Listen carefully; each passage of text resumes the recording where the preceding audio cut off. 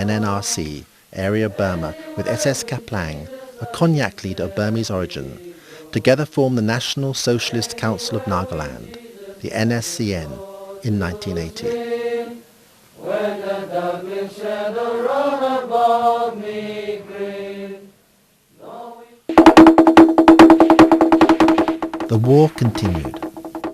Oinam village, July the 9th, 1987. It was here a decisive battle took place. An advanced group of Naga guerrillas attacked the 3rd Assam Rifles, and an entire company was overrun by the Naga forces. Naga morale was sky high. The whole of the company's arsenal was captured. Hundreds of arms and rounds of ammunition fell into Naga hands, but the triumph was to prove short-lived. What became known as the Oinam incident led to changes in Indian strategy and policy that were to prove very damaging indeed for the Nagas. The Indian Army counterattacked, launching Operation Bluebird. It instigated a divide and rule policy between the Nagas and their neighbouring tribal group, the Kukis, inciting communal discord wherever possible. Blood and tears flowed. This time not between the Indians and the Nagas, but between the Nagas and their Kuki brothers. Then in April 1988, the National Socialist Council of Nagaland split into 2 factions, following a bloody purge engineered by SS Kaplang.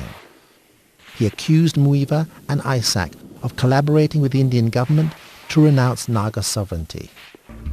On April 30th, 1988, the Burmese military joined Kaplang's followers and surrounded the National Socialist Council of Nagaland's headquarters, killing about 200 members of the Thankful tribe, loyal to Muiva. Muiva and Isaac managed, however, to escape, along with some 200 others, to safety. Within a month, in the thick jungle, many died from hunger and sickness. Only 33, including Muiva and Isaac, managed to survive. In 1990, A.Z. Fizo, one of the key architects of Naga resistance, passed away in London. In his death, Fizo achieved the dignity and the honour that was denied to him all his life by the Indian government. It was indeed a fitting irony. His body was brought back from London draped in the National Council flag. In his death, Fizo finally attained the position, much to the disdain of the government of India, that he had always had in the hearts and minds of his people. That of a head of state, a sovereign ruler.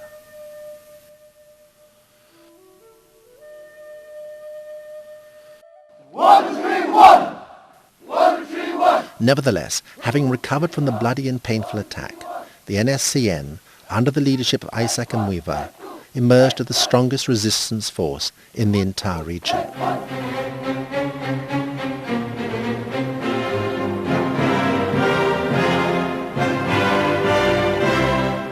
And then, following the United Nations International Year of Indigenous People in 1993, NSCN representatives began to participate in various UN gatherings.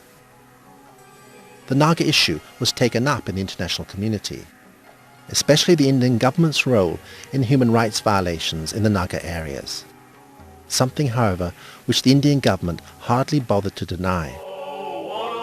Later in January 1993, the NSCN, again under the leadership of Isaac and Muiva, were invited to represent the Nagas to the Unrepresented Nations and Peoples Organization, UNPO, based at The Hague in the Netherlands.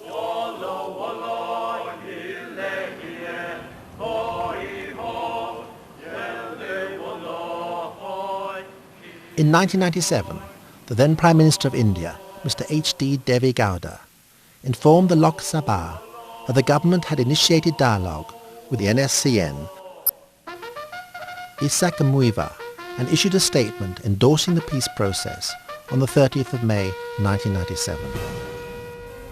As a result, on the 24th of July 1997, the NSCN, Isaac and Muiva, and the Indian Prime Minister, Mr. I.K. Gujral, announced a 3-month ceasefire that came into effect on August the 1st, 1997. Peace had come at last.